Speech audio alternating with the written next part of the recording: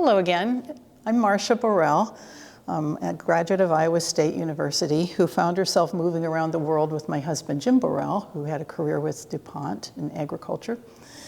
I found myself in Japan, and for a minute I want you to imagine this little Iowa girl in the middle of a huge city, which is Tokyo. And I want you to imagine a little girl who played outside in the leaves and ran around and had to come in when the street lights came on from my little town in eastern Iowa, because that might be something that you all can relate to. So take a minute, close your eyes, take a deep breath, forget about all of the things swirling around us right now, and try to think about playing with flowers and materials and just enjoying nature and the beauty that it churns out all the time in the most unexpected places. The school of Ikebana that I study is called Sogetsu, and it is the most contemporary of the schools. And up until now, I've shown you examples of textbook arrangements. And today we're going to start stepping out into freestyle arrangements. And after you've got a hang for this, I think that's where your heart will end up, because that's where self-expression will come in. So today we're going to play with things that I found in the ditches as Jim and I were driving up to Wright County looking at farmland up the farms where he grew up. So none of this is probably anything that anyone wanted, but there it was in the ditch, and I happened to have my clippers with me by design. So I'll start with a basket.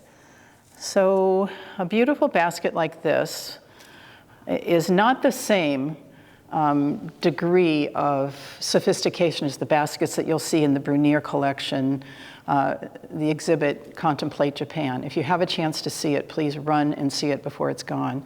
They are exquisite, and you'll have to go far, far away to see them again sometime.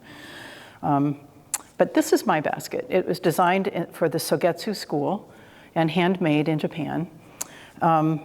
So I think it's reminiscent of the baskets that were hung in the rafters with leaves and silkworms and cocoons being spun in old-time Japan. I think it's also designed reminiscent of carrying a basket as you gather something in a field. But it's a new take on those designs. So how do you arrange in something so flat? In Sogetsu school, we often turn things on their side or upside down, or kind of the funkier the better. And this is how I'm going to do this today with my beautiful things collected in Iowa. I hope you don't anticipate me naming everything, because I can't.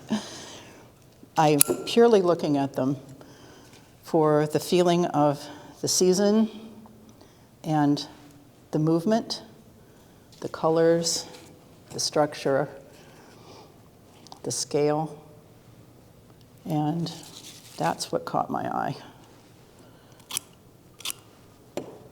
Probably this is something that shouldn't have been where it was, left over from a previous year, previous crop.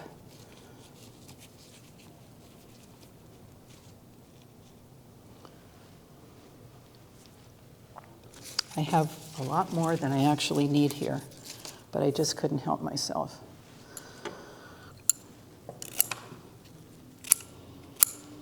I wanted to talk for a minute about one aspect of this that really appeals to me, and that is the treasure hunt. I find myself moving through the world looking for things. Do you see why I'm going to change this? I don't want them to be the same height. It disrupts the movement if things are too even. Okay, now I think we need a little color to add in here. So on my treasure hunt, my husband with a good sense of adventure comes along with me. Actually, he loves this stuff too. And when I say, stop, that's beautiful, some husbands might hit the gas and say, let's get out of here. But Jim is in it with me. He understands. So we stopped when we found these. And I only just learned it's called compass flower from the aster family. So there's one that I can tell you the name.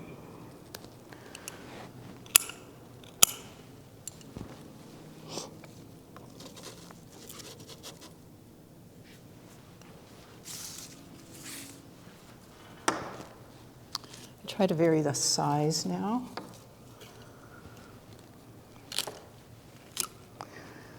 As I mentioned before, we cut our stems underwater because it preserves the flower just a little bit longer.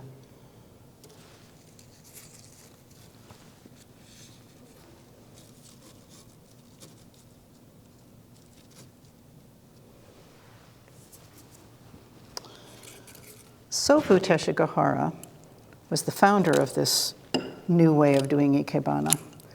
Ikebana was around for hundreds of years. It began as a way to offer flowers in a temple.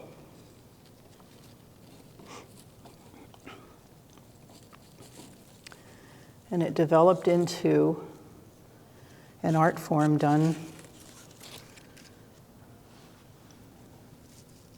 for tea ceremony, to decorate the tokonoma, which is sort of a central altar-like part of a Japanese home.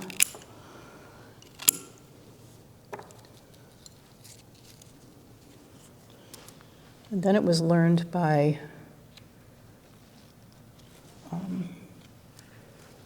cultivated housewives, I'd say.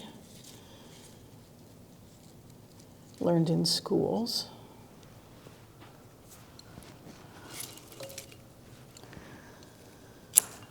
But Sofu was born in the year 1900, which makes him a contemporary of the modernists. I've been trying to find out if he knew them, and I'm having a little trouble researching that. But I can say for sure he was a modernist in his way of thinking, and it's definitely a kindred spirit. Whether he met George Nakashima or Picasso, they call, the Times called Sofu the Picasso of flowers. I don't know if you ever met these people, but he certainly was a kindred spirit with them and part of the time. And in a culture where following rules was very important. So he struck out with a new idea, which was really pretty radical, that you don't have to follow the rules to create ikebana. It should be something that can be done with natural or any materials by any culture, anywhere in the world. And I appreciate that he had that thought, or I would never have come to know this. The story goes that when he told his father about his new ideas in ikebana, his father was very unhappy with him. But he moved forward with it and developed 50 principles of how to create ikebana. And it has really more to do with a thought process in your eye and your own development as you observe things. This is called oat grass. That one I brought from Pennsylvania. I don't know if you have that here in Iowa.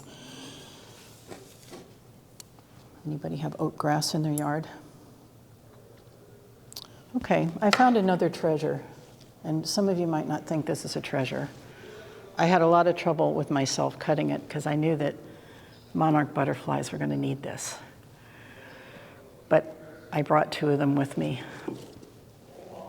But it's one of the wonderful things I found as we were driving around Wright County.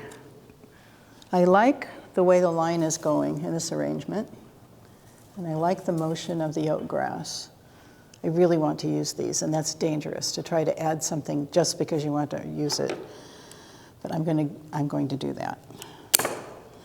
This milkweed gave its life for me, so I'm going to fit it in here. If I were doing this arrangement to last somewhere, you can probably see in my cutting water the milk just flowing out of it. And the way we stop that is to have a match or a candle and hold it up to the bottom. We do that with milkweed and with poinsettias, do that too. I want this to be kind of subtly in because of its interesting texture. I don't really want it to interrupt the lines.